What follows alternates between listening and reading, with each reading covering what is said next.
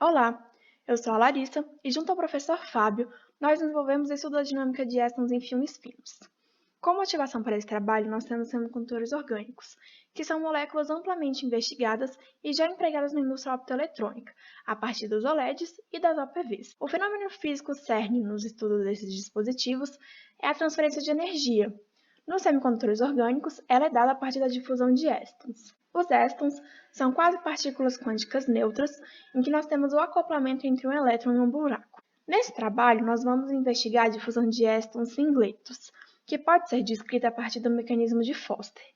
Uma importante grandeza nesse mecanismo é a taxa de transferência de energia, que ela é dada a partir do inverso do tempo de emissão vezes a sexta potência da razão entre o raio de Foster, que é uma distância característica em que nós temos 50% de chance de recombinação do éton, sobre o comprimento conjugado da molécula mais a distância entre as moléculas na minha rede, vezes um fator de Boltzmann que modula a energia do meu sítio.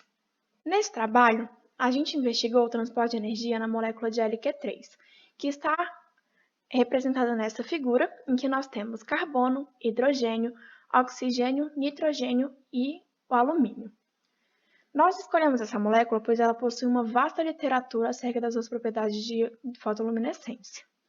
Nas redes de semicondutores orgânicos, nós temos diferentes tipos de desordem. Nesse trabalho, nós investigamos a desordem energética, de dois tipos, a desordem estática e a desordem dinâmica. Nessa figura, nós temos três gráficos, em que o eixo vertical ele representa a energia e esses traços verticais representam os sítios. Nesse primeiro gráfico, nós temos um caso sem desordem energética, pois os meus sítios apresentam a mesma energia. Nesse segundo gráfico, nós temos que os sítios apresentam diferentes energias, caracterizando uma desordem energética estática. Nesse terceiro gráfico, além da desordem estática, nós também temos uma modulação da energia em função do tempo, caracterizando também uma desordem dinâmica.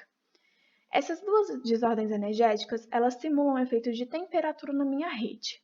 Para nós investigarmos elas, nós desenvolvemos a seguinte metodologia.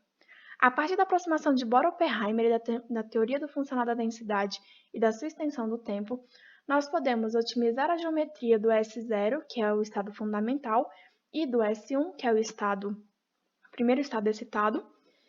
Em seguida, nós calculamos a frequência dos modos normais de vibração destes dois estados e, a partir do método dos ensembles nucleares, nós podemos simular tanto os ensembles quanto os espectros de absorção e de emissão. Utilizando os ensembles simulados, nós podemos fazer distribuições de raio de Foster, que elas serão utilizadas como inputs nas simulações de Monte Carlo cinético, que serão utilizadas para investigar os transportes de energia em redes compostas por moléculas de LQ3. Então, os nossos resultados, eles apresentam primeiramente o ensemble de absorção e o ensemble de emissão, seguido do espectro de absorção e de emissão. Os nossos picos, eles conferem com os picos experimentais encontrados. Como segundo resultado, nós temos as distribuições para diferentes desordens dinâmicas, em que aqui nós temos as curvas referentes a essas desordens e aqui os raios de Foster médios de cada distribuição.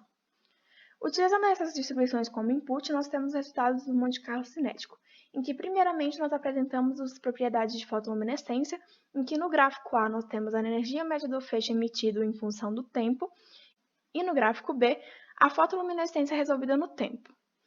Ambos gráficos possuem uma tendência monotonicamente decrescente, e nós não conseguimos ver uma diferença expressiva entre os diferentes desordens dinâmicas. Como último resultado, nós temos uma propriedade cinética, que é o comprimento de difusão em função da desordem estática, em que o comprimento de difusão é o deslocamento médio do éton na minha rede. No gráfico A, B e C, nós temos que as curvas acima possuem casos com desordem dinâmica, enquanto as curvas abaixo apresentam casos sem desordem dinâmica. Como conclusão, nós temos que as propriedades de fotoluminescência não apresentam uma separação entre os efeitos das diferentes desordens, mas já o cálculo do comprimento de difusão apresenta, o que pode levar a uma subestimação do comprimento de difusão caso não se considere uma desordem dinâmica na minha rede. Então é isso. Caso queiram entrar em contato comigo, podem usar esse e-mail. Muito obrigada!